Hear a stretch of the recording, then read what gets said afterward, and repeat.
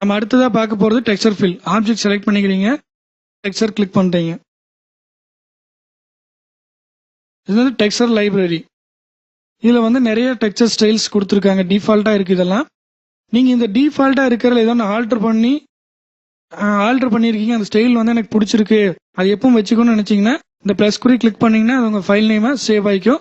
Minus குறி பண்ணிங்கன்னா அது டெலீட் ஆகிக்கும். Style name surfaces. இது வந்து ஒவ்வொரு டெக்ஸ்சருக்கு தகுந்த மாதிரி இந்த வேரியேஷன் மாறிட்டு இருக்கும்.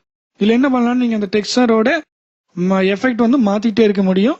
இது வந்து கலர் ஃபில். நீங்கள் இது வந்து இப்போ 2 கலர் இருக்கு இல்லைங்களா, இங்கே 2 கலர் பேட்டர்ன் யூஸ் பண்ணியிருக்காங்க. அது மாதிரி நிறைய கலர்ஸும் இருக்குங்க.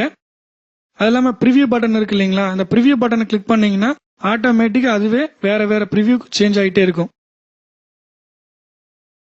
இப்போ நம்ம செலக்ட் பண்ணிக்கிறோம், ஓகே கொடுக்குறீங்க. பார்த்தீங்கன்னா இங்கே வந்து ஃபில்லு செலக்ட் ஆயிடுச்சு. இப்போ நம்ம இந்த ஃபில்லை ஜூம் பண்ணி பார்த்தீங்கன்னா இல்லை ஆப்ஷன்ஸ் கிளிக் பண்ணீங்கன்னா 300 இருக்கு.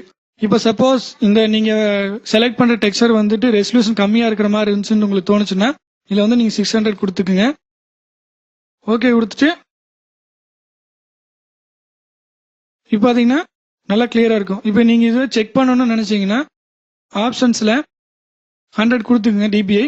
ஓகே கொடுத்துட்டு பார்த்தீங்கன்னா உங்களுக்கு வித்தியாசம் தெரியும். இப்போ மாறிக்கிறது தெரியுதுங்களா? டெக்ஸ்சர் ஃபில் செலக்ட் பண்ணுறீங்க, டைலிங் ஆப்ஷன் கிளிக் பண்ணுறீங்க. இது வந்து 2 colour full colour bit map பார்த்தீங்க இல்லையா, அதோட தான் அதே ஆப்ஷன் தான் இங்கேயும் கொடுத்துருக்காங்க. நீங்கள் அதே ஆப்ஷன் யூஸ் பண்ணிக்கலாம். ஓகே.